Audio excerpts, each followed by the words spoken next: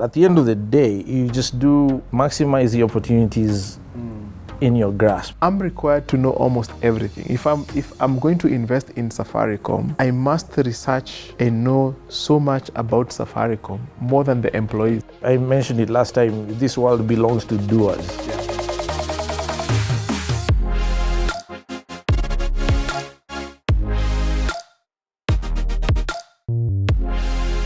Welcome to the T.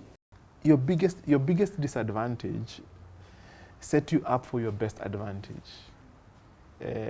I think God just sees these things. If you had the papers, you probably would have taken a very different path, which would not have given you the satisfaction that you have today. Yeah, maybe, you're right. It's something I think about a lot as I grow older. Where would my life have been had I graduated? I'd be a practicing architect, which doesn't sound too sexy to me right now. Interestingly, a few years ago, I visited a very famous Nairobi architect. I went to see about designing something for one of our sites. And he asked me, so old Kikuyu gentleman, that generation, they like to vet the people who are in their spaces.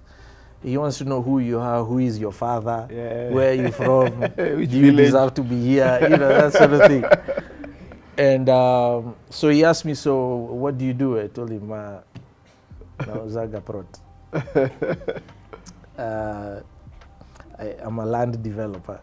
And he seemed unimpressed.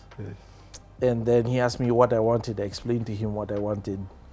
And as we discussed the whole design issue, he got more and more excited. Yes. And then in the end, he said something very interesting. He said, Solomon, don't feel too bad that you were not able to finish school. I mean, look, now I work for you. Exactly. So I'm not sure who's better off. Exactly. And, I laughed it off. But, I have been thinking about that statement because it weighed heavy on me for a long time. It was a bit of an insecurity when you find yourself in rooms with CEOs. Yeah, Harvard graduates. Yes, like the one sitting next to me. It can be a chip on your shoulder or an insecurity that could sabotage a lot. And so I like to be conscious of the fact that at the end of the day, you just do maximize the opportunities in your grasp. No excuses. Act now, do it now, zero procrastination. And I mentioned it last time, this world belongs to doers. Not thinkers. Not thinkers. There's a place for thinking, yes, but at some point you have to bust a move. I've met, believe it or not, the wealthiest people I have met are the most backward people you would never imagine you would meet. I had dinner with one. He couldn't even hold a fork and a knife. He was like stabbing the steak. This guy is a billionaire. And I was like, me and my fancy early education, like, who would I rather be? I'd rather be the guy controlling billions, even though I can't hold a steak and a steak knife, you know what I mean? So as you get older, you start to appreciate these things. When you're younger, it's difficult to see and give yourself a break, cut yourself some slack. But you're absolutely right. Just before we move on, I know you want to move on to the next thing. I just thought of popping this question to you. A lot of guys who are entrepreneurs they tend to come from entrepreneurial families. As they were growing up, they were going to their father's shop, mother's shop, so it kind of becomes part of you. And it's natural. I grew up with Asians and they were entrepreneurs, they had garages, by the time... There's a born starting businesses. Exactly. I remember between Standard 1 and Standard 4, we were riding bikes together. Between Standard 4 and Standard 8, they were repairing bikes for us. You were paying them to repair We were paying them to repair bikes for us. But now, they had switched from bikes, they were doing motorbikes. And as we were going into high school, they were so good at motorbikes. They could, you know, disassemble an entire motorbike and put it back together. And towards the end of high school, they were driving their father's cars, and they were showing up at their father's garages. And when I was in university, they never went to university like me. The first car that I saw that had doors that opened like wings was being driven by them. I had still not finished my uni. Yeah. And these guys were doing very big business. But you can see it came from somewhere. Yes. And I was wondering, as you're telling your story, is it a family background thing, or was it the circumstances that you, more the circumstances that you found yourself in? I don't have the papers, and I've got to think harder than most young people of my age, and bust a really big move. Yeah, I mean, there's no entrepreneurship in my family on either side. Wow. At least not while I was growing up. Yeah. You know, my aunts and uncles are all professors. Nairobi University, KU. I used to spend my entire holidays in KU, for instance. Every time we're on break from primary school, I was in KU with my cousins, because I had 4 uncles and aunts who were professors there. And so they lived in the universities, and that's where all my cousins Professors who were my age mates are were. the most risk averse that I know. Yeah, I mean, very academic. Very. Doctors, Yes. Nurses, lawyers. So no, I had no entrepreneurship in the family to sort of get my cues from. Yeah. Although I believe some things we're born with. And sometimes it takes circumstances to activate. To act, exactly. Yeah, because now I can tell you, I have an aunt, one of my mom's sisters, very entrepreneurial. She left KU. She bought land on across from KU, which now is an intersection, and there was nothing there. People thought she had lost her mind. Yeah. What is she doing? She went to live there. There was no power. She was buying water. There was insecurity. It was bushy. And then now it's an intersection of Thika Superhighway and Eastern Bypass. Wow. That corner. Yeah, That's her property. Prime. Yeah, which she sold. The government forcefully bought her out, paid her very well. Yeah. And she started borehole drilling businesses. She's selling water in Kitui. Wow. She's in her, she's what, late 70s? Wow. And she's balling, and it's like,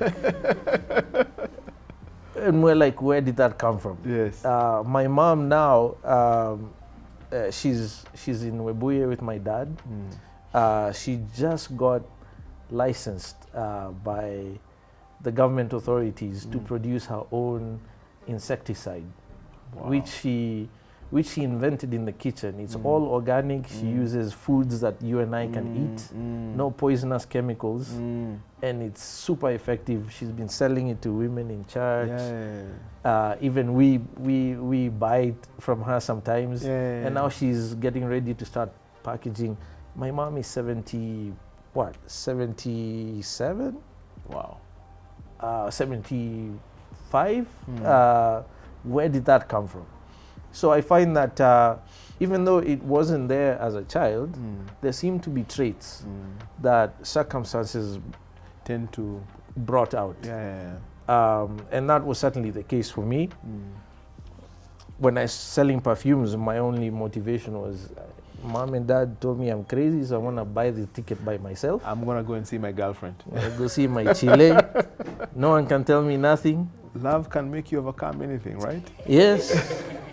Even act foolish sometimes. But you know, that was the first time I got a taste for, wait a minute, I don't need to rely on Mom and Dad. I don't need to wait until I can be employed. I can do things. I can exchange something for value and make money. and achieve my goals. Yeah. And so it became easier for me from that point. And circumstances certainly forced me to do that. Yeah. After having to drop out of college, my Yeah. options were limited. Yeah. I have to live, I stayed, like I mentioned, I lived in the States for 11 years. 6 of those 11 years, I was there as an illegal immigrant because I violated my student visa terms. Yeah. And I was terrified to come home because I knew if I left the country, I wouldn't be able to go back because I violated my visa. Yeah. So I was trapped in this cycle of I Yeah. can't go home with nothing. My parents have sacrificed so much to get me to this point. Yeah. How do I just go back home with nothing to show? Yeah. And so there was a motivation to figure it out, find a way. Yeah. I'm not going home with my tail between my legs. Yeah. And even when I did come home, that hunger was there. I had to do something. I had no papers to rely on. My father was one of the nicest human beings anyone will ever meet. He's such a cool guy. But he's not known by the powers that be or the blue blood networks. So I had no name to rely on. Yes. I couldn't come and say I'm so and so's son, Yeah. and doors would open. So there was no excuses. So you just have to make it happen. And I think that allowed me to sort of exercise those muscles. Yeah. Oh, that's interesting. In fact, for me, I see, it's like the fingerprint of God all over your story. I'm a blessed dude, man. I'm gives so you blessed. a very sharp brain on top of your shoulders. And then he creates all these circumstances, including your first crush on Dorothy. My first crush, yes. And I think that's probably the interesting part about your story is it's a story that has connecting dots from the dots then. are certainly connected. Exactly. For me. Yeah, Yes. Steve Jobs is famous for saying, connect the dots. Yeah. And I think it's true for everyone. Everyone, yes. If you just slow down enough, breathe enough to think about it, you'll start to see the bright spots. Yes. And they are related. Yes. Somehow. It's strange, but it's true. And that is certainly true for me. And the story is still being written. Yeah. I mean, I'm only 44 years old. We're midway somewhere. Yeah, we're on the way somewhere. Yes. But how about you? Which of the two? I mean, I think it's a nice balance you have here because you started on the entrepreneurship right from the start, and I started on the other side, corporate. I'm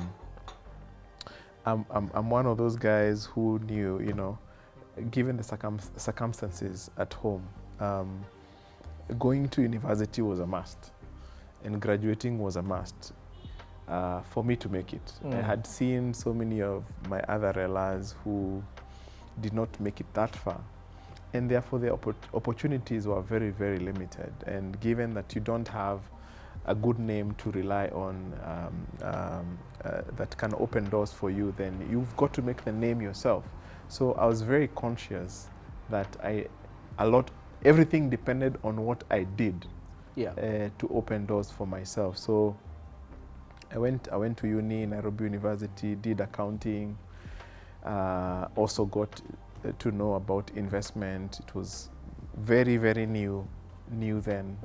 There was literally no chartered financial analyst in in Central Africa. Really? By there the were time no CFAs? There were no CFAs. Wow. There were no CFA charter holders. Yeah. But of course, by this time you had sold sausages. I had sold, yes. Of course, again, circumstances, you know. We had to get this, depend on this stipend, a stipend every week, go home, get a stipend, go back to school, try and survive on that. And for me, I thought, I have some time in my hand, what do I do with it? So on my way to school, I was in Wakabete campus. I would pass by CBD, buy some smoky sausages. You remember smoky sausages? They had just been introduced. I can't stand those things. I'm telling you, there were something those days. So I would buy the smokies, then I would go to school, and 5 a.m. in the morning I would wake up, deep fry them, very few minutes, of course, and then pack them in a nice what do you call hot pot.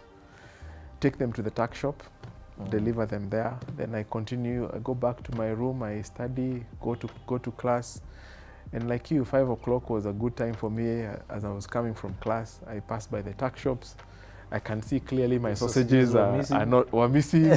So there must be something for me. I collect my money. Yeah. On my way to Strathmore school, evening classes, I would buy some more sausages, come back, do the same, and the cycle would repeat. And I was like, for me, the thing was not even the sausage. Like, I mean, I can have an idea, and I can actually convince someone to buy something. And to make matters even better, I didn't have to be the one selling the sausages. I was literally employing the guy at the tuck shop. Right, yeah. So it gave me a good taste. And some entrepreneurship there as well. Yes, yeah. Entrepreneurship. So that idea, of course, the tuck shop guys thought I was making too much money on them. And the next time I saw they had their hot pot versus my hot pot, they'll sell theirs before selling mine. So I knew my time was over for selling that. So I started figuring out, so what's the thing that is missing in campus? And we had our computer lab was new. I mean, computers were new those days. So I was like, okay, everybody is trying to figure out where to buy diskettes. So I moved from sausages to diskettes. Diskettes, yes. And I would buy again. Diversification. Actually, that was a real move. I left sausages to the tuck shop guys. Okay. So now I started bringing diskettes. These ones are nicer because you don't have to wake up at 5 a.m. to do some value addition. Yes. And I would deliver the diskettes, and again, they were moving. Okay. It was a matter of time. The idea was copied. It was now tuck shops everywhere. They had diskettes. Yeah. My season was over. So that sort of gave me a taste into entrepreneurship. But the money was small. Yeah. I still had this grand idea, by the time you finish university, you need to have not only your degree, you need to have your professional qualification. So I was already a qualified certified public accountant, CPA finalist. Right. And I had my degree. So my papers were good. Yeah. I was very hopeful to join the Big 4 or Big 5 audit firms. Yeah. And I got all the interviews, but somehow I just never got admitted. And that was very strange. Did they ever tell you why? Circumstances, no. Circumstances again. But now when I look back, I had one disadvantage. I didn't get internship when I was in campus. So the guys, too busy making money I was from too sausages exactly diskettes. Exactly. Yeah. So nowadays I always tell guys, by the way, if you're in campus, the competition now is stiffer than even then. Yeah. It is doing yourself disservice to finish university without any form of experience through attachment or internship. In fact, now you do not even have to begin at the latter years of your days in campus. You've got to start almost like, first year. So by the time you're finishing, you have a 4-year head start over everybody else. It really, when you appear before an employer, you really know your way around. You know how to do a scan. You know how to write a nice email. You know how to speak to a customer. You are way ahead of your peers. So I lacked that, and I think it disadvantaged me. But it was actually a very good thing, because it set me up for what I now do today, which is investment. And I think from my class, out of over 200 people, I'm probably one of the maximum 5 people who are really doing investment. No way. Yeah. Out of 200? Over 200. We probably were 240. Okay. I'm probably one of the, I think it's only a maximum of maybe 5 people who are really practicing investment. And why is that? Why would that be the case? Even though you were disadvantaged by not having interns. Yeah. Now, the thing is, once you get into audit, most of these guys were going into audit. You work long hours. It's a very, very specialized field. And therefore, there was no time for most of my colleagues to really advance further professionally. Right. So for me now, I had an opportunity to later join Centum. And I really joined Centum. One of my attractions to Centum was they were going to pay for me for CFA, which is administered from the US, California. Okay. Wow. So I started doing CFA in 2006 after joining Centum in 2004. And I got my CFA charter holder in 2012. How many CFAs were in Kenya at the time? I remember 2006 there were only 13. 13 CFAs in CFA Kenya. charter holders. I remember that because James Moore was the 13th. Wow. Yeah. Okay. Today we have about 200 CFA charter holders in the whole of East Africa. The region, not the region, Kenya. not Kenya. Okay.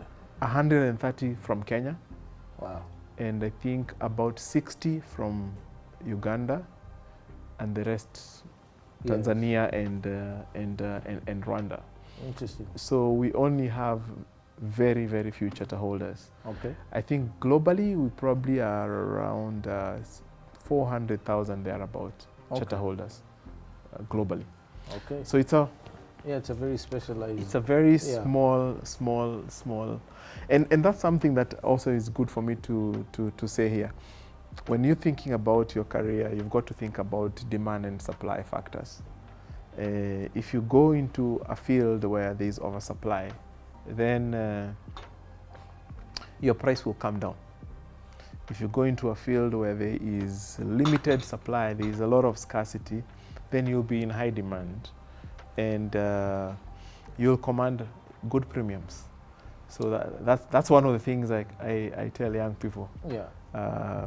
Think about that. But anyway, coming back to my story. Yeah. Why would Centum do that for you? Why would they pay for your CFA? Like what? It was, yeah. Because I'm thinking as an employer now. Yeah. I'm paying your salary. Yes. And it's not small. Yes. I have other costs. Yes. Returns for shareholders, investors. Why would I spend extra to educate you further, especially if it meant it's highly likely you're gonna leave after? Yeah. Because now you have extra qualifications that demand better compensation that I might not be able to afford. Yeah. Never mind that I paid for you to do it. Yes. Like, why would the Centum do that? Yeah. Are you free to talk about that? It's a very good question. Other than the fact that it was one of the benefits to attract the best talent. By the way, investment field today attracts the best brains in the market, even compared to medicine. Really?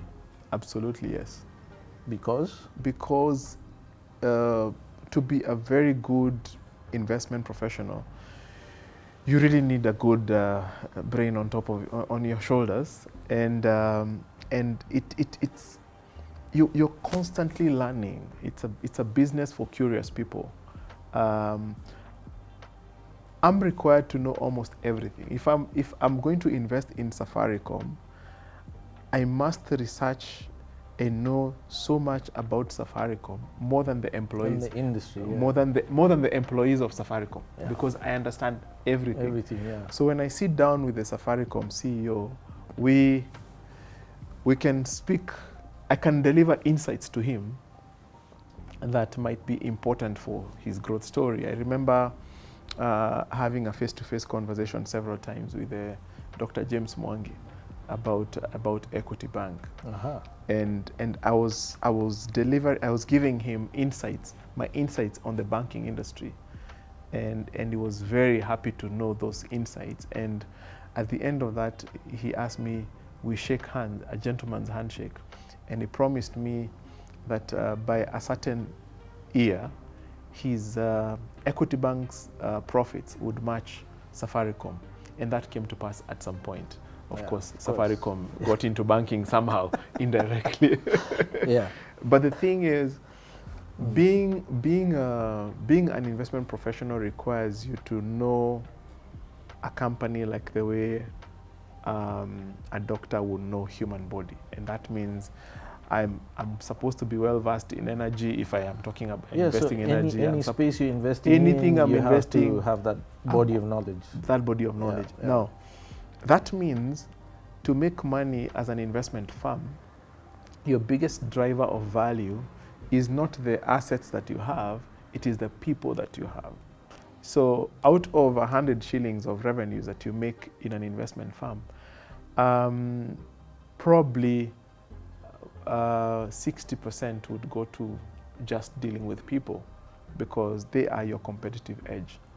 Okay. Just to give you an illustration, when James Moria rejoined Centum as a CEO and we began the 2.0 strategy, the company had 6 billion shillings in assets.